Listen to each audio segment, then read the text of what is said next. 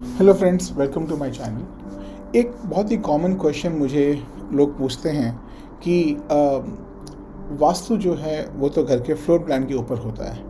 अब जो घर के बाहर है वो उसका इम्पैक्ट वास्तु पे कैसा पड़ता है और क्यों पड़ता है। तो इसको भी हम लोग एक सिंपल एनालॉजी में समझते हैं। जैसे कि मैंने अपने दो वीडियोस में बताया है, जो वास्तु कंसल्टेंट है वो घर का डॉक्टर है, और जो वास्तु है वो घर का जो घर है आपका, वो बेसिकली वास्तु है घर का, राइट। ये बेसिकली आपका घर का शरीर है। तो ऐसा मान लीजिए कि आपके घर के सामने हो सकता है आपकी बाउंड्री में हो या फिर आपके थोड़े बाउंड्री से बाहर हो, बट लगा लीजिए आपके बाउंड्री के जस्ट पास हो, आपके घर के साउथ डायरेक्शन में, स्पेसिफिकली लगा लीजिए साउथ वेस्ट डायरेक्शन में, आपके बाउंड्री से जस्ट हट के एक बड़ा सा गड्ढा है ना। तो वो वास्तु के हिसाब से बिल्कुल सही नहीं है। आपको आपकी लाइफ में स्टेबिलिटी देगा नहीं, आपको बहुत ही प्रॉब्लम देने वाला है वो गड्ढा, जो कि आपके घर के साउथ वेस्ट में है।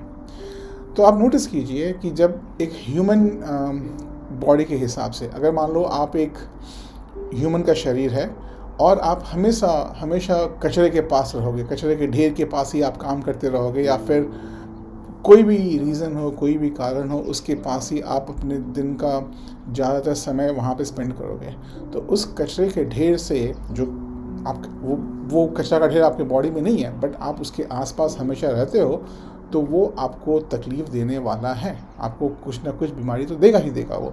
वैसे ही इवन दो आपका घर का फ्लोर प्लान में कोई गड्ढा नहीं है, इस एग्जांपल में साउथ वेस्ट में, बट आपके घर के पास एक साउथ वेस्ट में बड़ा सा गड्ढा है, तो वो आपके घर को, जो कि आपका घर का जो शरीर है, उसको तकलीफ़ देगा ही देगा। तो इस एनालॉजी से आप समझ सकते हैं कि अगर मान लीजिए आपके घर के आसपास भी अगर कोई चीज़ वास्तु के अनुकूल नहीं है, तो आपको उसका वास्तु दोष लगेगा, और उसका इलाज के लिए आपको अगेन एक वास्तु कंसल्टेंट, जो कि आपके घर का वास्तु डॉक्टर है, उसके पास जाना पड़ेगा। थैंक यू फ्रेंड्स, होप ये वीडियो आपको पसंद आया हो और मेरी जो सिंपल एनालॉजी है समझाने की, वो अच्छी लगी हो।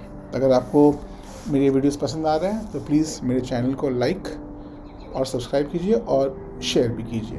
Thank you.